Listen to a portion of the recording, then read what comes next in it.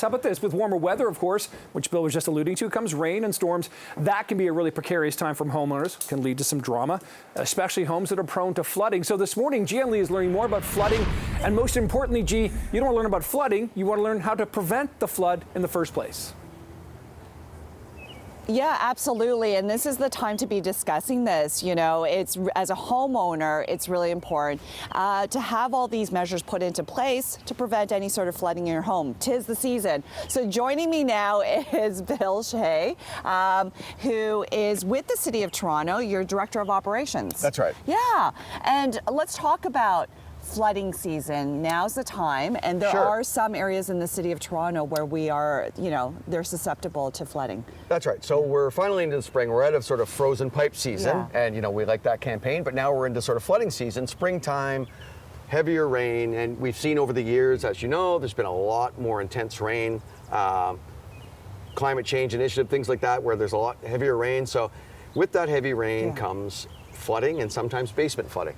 And this can happen anywhere in the city. Anybody's basement can get flooded. There are areas that are more susceptible, lower areas like down by the beaches, as you know, by our lakes and streams and creeks. But this can happen anywhere, and we like to give people tips on how to prevent it themselves. We do about $1 billion a year, or $1 billion over 10 years rather, in trying to prevent basement flooding, putting it into our infrastructure, but that can't prevent everything, and the homeowner has to try to do some things themselves to prevent that. Okay, so let's if you don't mind giving us some tips, we've got a house right here. What are some of the things homeowners can do? Okay, so there's a lot of things homeowners can do, and we're going to start by having a look at your foundation and your windows and doors. So water can get into your home in a number of different ways. It can come in through the rain, just in through your foundation, in through a window or something like that, and it can come up through the pipes in your basement, through the drain. And we're going to look at this first. So when it's raining, you want to make sure that you've sealed all the cracks around your foundation. There's one there. If we pull this away, this is one that we sealed before.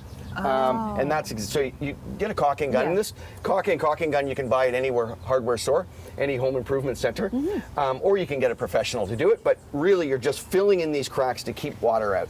Now, this window's in good shape, but often you'll have cracks around windows.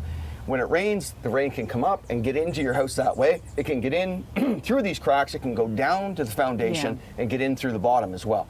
So you want to keep water away from the house.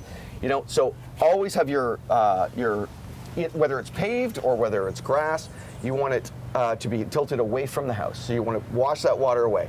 You don't want to have to deal with the water once it gets down in. People can spend thousands of dollars doing their foundation, having it redone and purged and special treatments to the foundation. Costs thousands of dollars, and really it can be prevented just by dealing with it at the surface. You don't have to spend that money.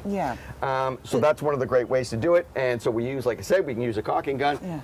Here you can see this is, we'll do a little bit of hose here. We'll get the cameraman too, because he's been bugging me lately, so we'll get him. So you can see here, you can see that it's clearly flowing away from the house. This is exactly what you want. Now, if this was grass, then it would be sinking into the grass and flowing away at the same time. Okay. And there are rebates available. There are rebates available to help you with basement flooding. $3,400 that the city offers for a backflow preventer or a sump pump putting into your house. Okay, so for more information on the rebates as well as tips on preventing a flood in your home, go to toronto.ca/basement flooding. Basement flooding. So lots of information there, and we'll have more tips this morning. In the meantime, we'll send it back to you in studio.